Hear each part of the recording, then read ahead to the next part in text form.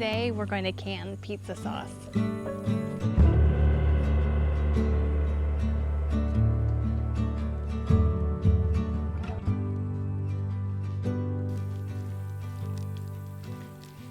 Hi everybody, welcome back to Living Traditions Homestead, where for the past 8 years we have been creating our dream life here in the Missouri Ozarks after leaving corporate America.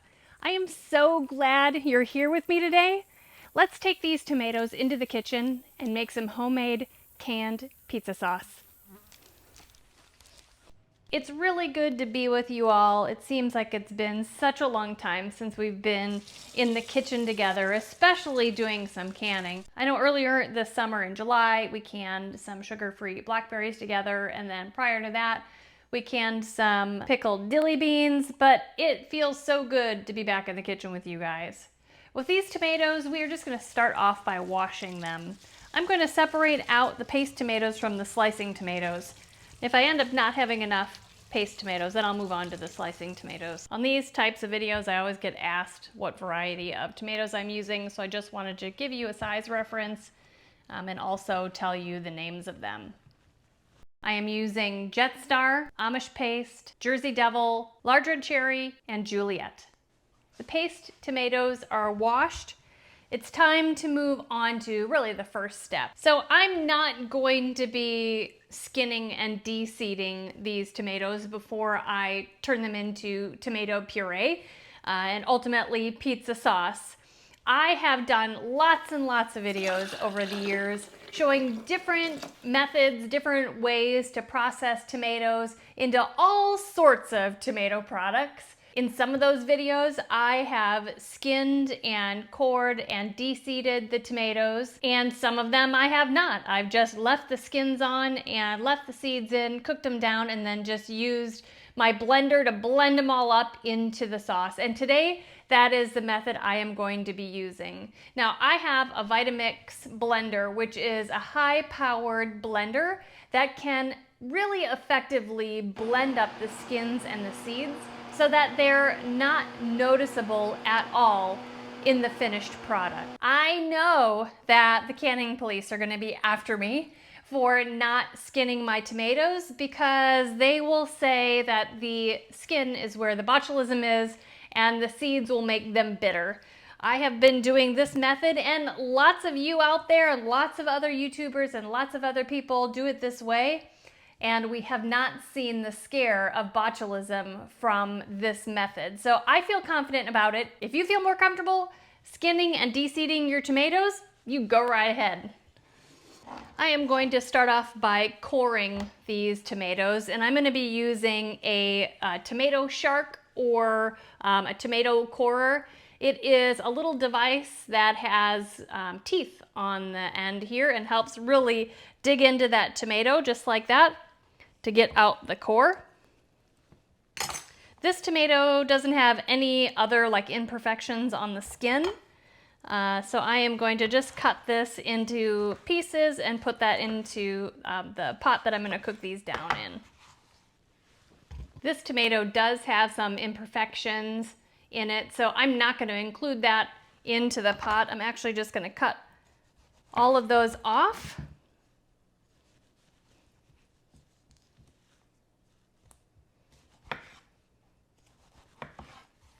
Before putting them into my pot.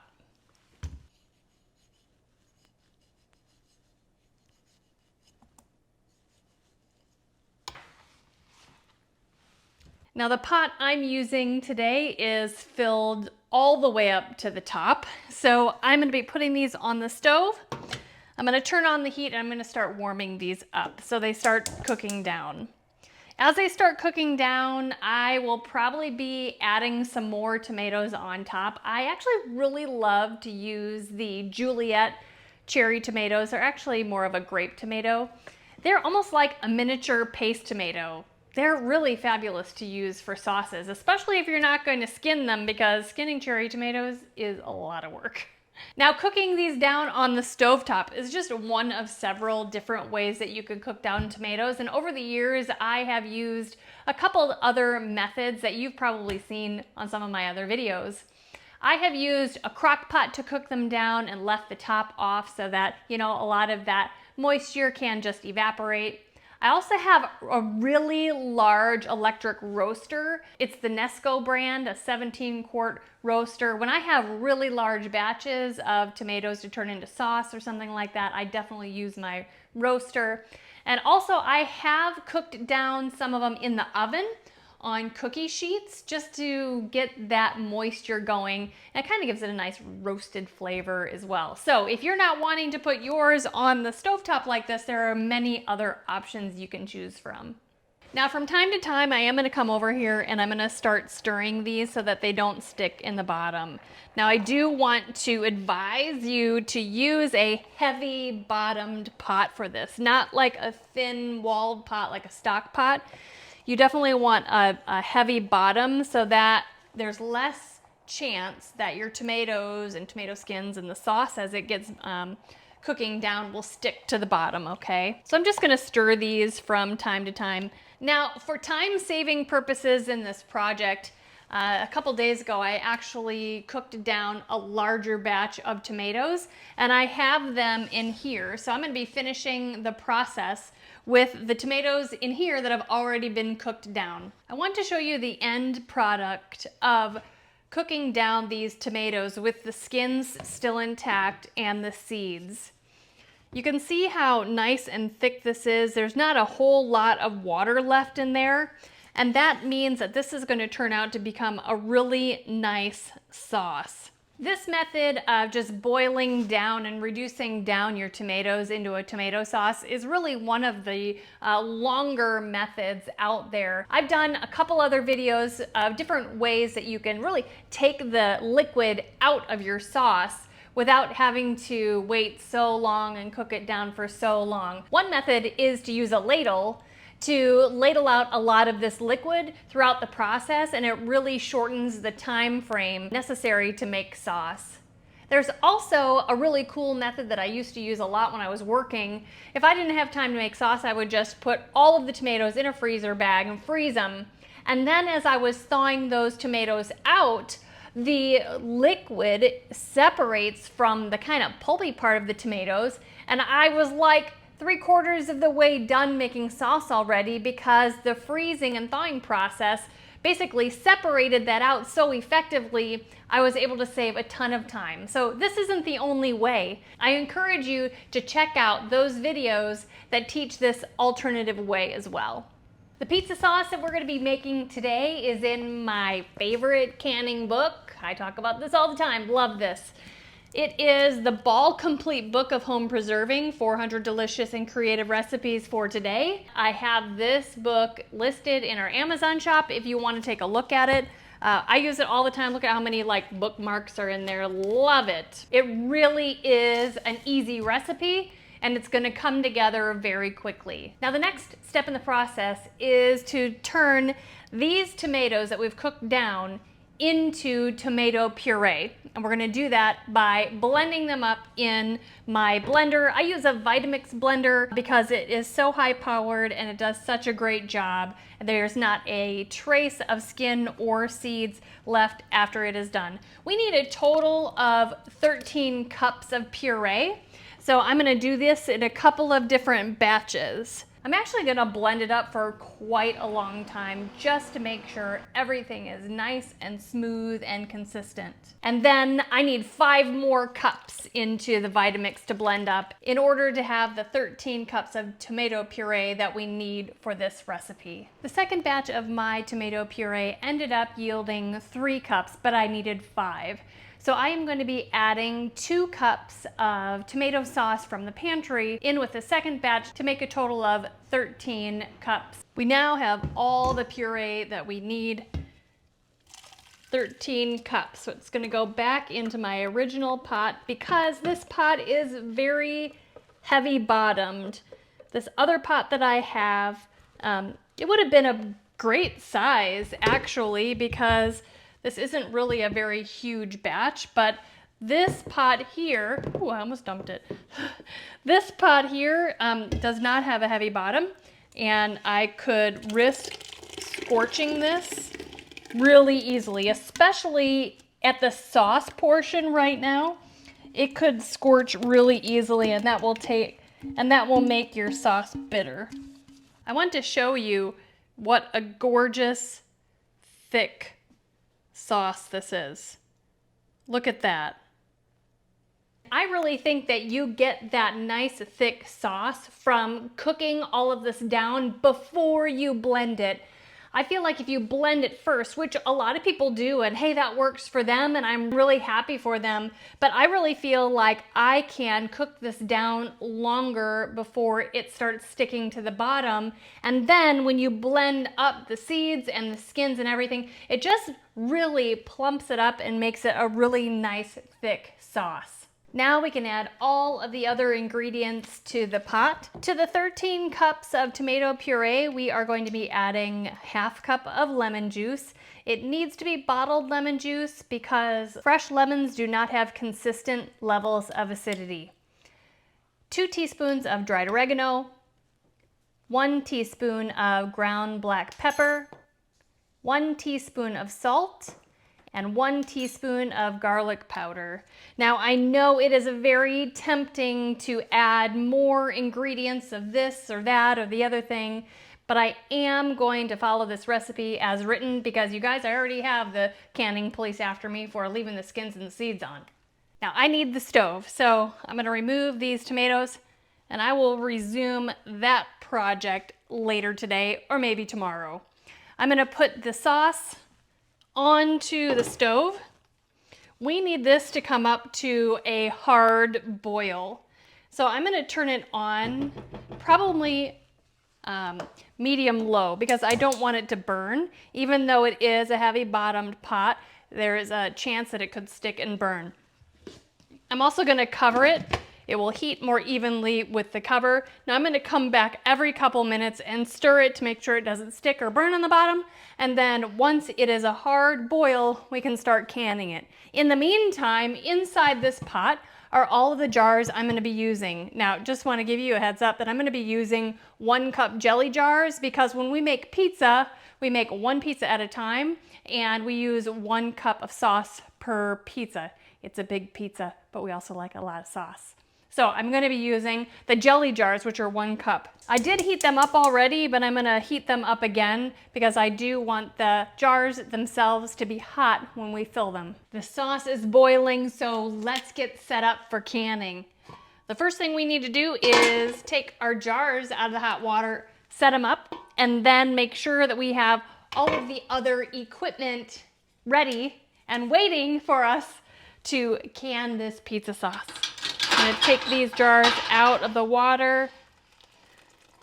Look at that, 2 at a time.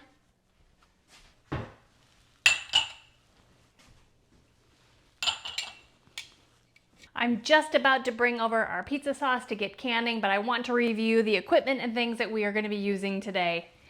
So I brought out the hot jars. I have 16 jars here. I should only need 12 or 13 depending on how it works out, but 16 is what fits in my water bath canner. I have a ladle, I have a canning funnel, I have a clean rag, a chopstick, a measuring tool, I usually call it a gapper, some clean, new lids and some rings here and a jar lifter. Now, if you are brand new to canning and this might be even your first canning session, if you're intimidated, I really suggest that you go back and start with my canning playlist back at the very first canning lesson because I really break down canning, both water bath canning and pressure canning, so that you can learn easy recipes on up to more difficult recipes. Now, this process is very easy and canning pizza sauce is also very easy, but I'm going to work through this process like maybe you're kind of like a mid-level canner, not beginner, not super expert. So we're gonna flow through this pretty quickly. Okay, let's get canning. First of all, we need one of our hot jars. We're gonna be taking some of our sauce here, putting it into the jar, and we are gonna be filling it to 1/2 inch from the top of the jar, or 1/2 inch headspace.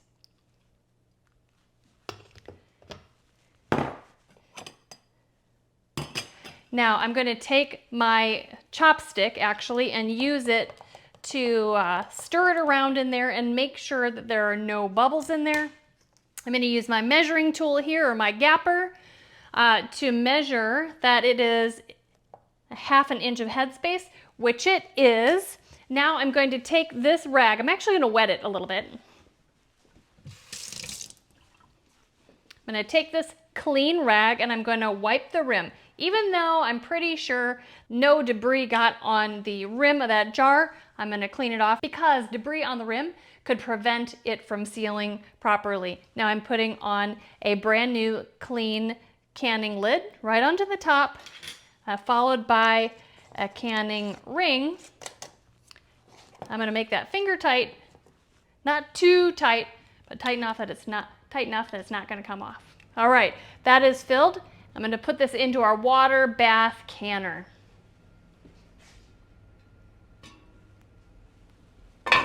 All right, one more time up close. We're going to ladle in our pizza sauce until it is 1/2 inch to the top of the jar.